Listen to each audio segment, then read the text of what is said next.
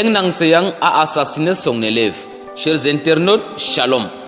Je partage avec vous l'histoire d'un enseignant qui a assassiné son élève de 5e. Retrouvons-nous juste après mon intro.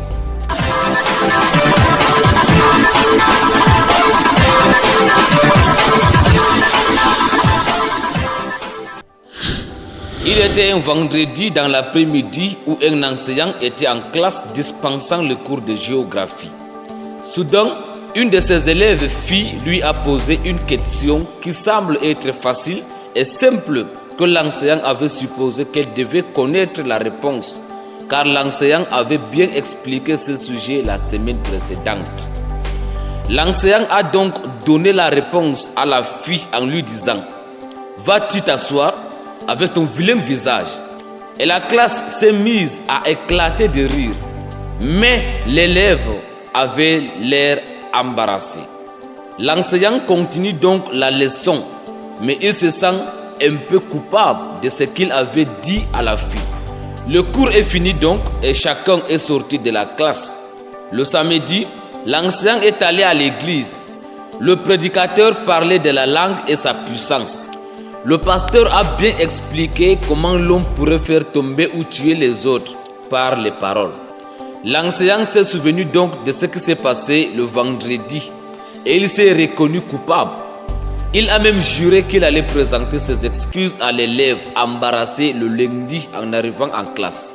Le lundi donc arrive dans l'après-midi.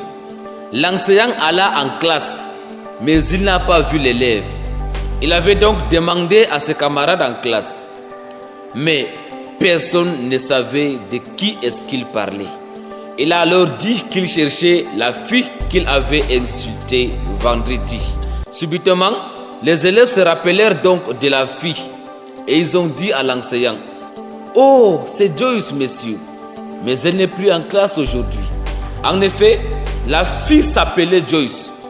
L'enseignant demanda donc « Qui est son ami ici en classe ?» Et les élèves répondirent en disant « Ramatou. » Mais celle-ci aussi n'était pas en classe, monsieur. Soudain, une élève habillée en noir est entrée en classe et les autres élèves informèrent l'enseignant. Monsieur, voici Ramatou, l'ami de Joyce. Alors l'enseignant demanda à Ramatou, où est ton ami Joyce, Ramatou? La réponse de Ramatou a vraiment choqué l'enseignant. Elle est à la morgue, monsieur. À la morgue, reprit l'enseignant. Ramatou de lui répondre. Oui, monsieur, elle est morte vendredi. Comment peut-il être possible? Demanda l'enseignant. Alors directement, l'enseignant a découvert plus tard qu'après son cours de vendredi, que Joyce avait été heurtée par une voiture en excès de vitesse. Elle traversait la route de façon inconsciente, probablement à cause de ce que l'enseignant lui avait dit. Alors, Ramatou continua. Son enterrement est pour dimanche, monsieur, et vous y êtes invité. Alors que le prof tentait de surmonter le choc, Ramatou lui ajouta en sanglots. Vous avez tué mon ami Joyce, monsieur. Oui, Aïssatou avait certainement raison. Son enseignant devait être le meurtrier. Les autres élèves pleuraient déjà et leur prof ne savait quoi dire. Le lendemain directement, le prof remit sa lettre de démission. Alors, chers internautes, chers conférenciers, chers enseignants, arrêtez d'insulter vos élèves. Ils sont à l'école pour apprendre de vous. S'ils le savaient déjà, ils ne seraient pas à l'école. Faites très attention à ce que vous dites aux autres. Quand vous voulez parler, posez-vous cette question. Les paroles que je vais prononcer, apportent-elles la vie ou la mort aux auditeurs?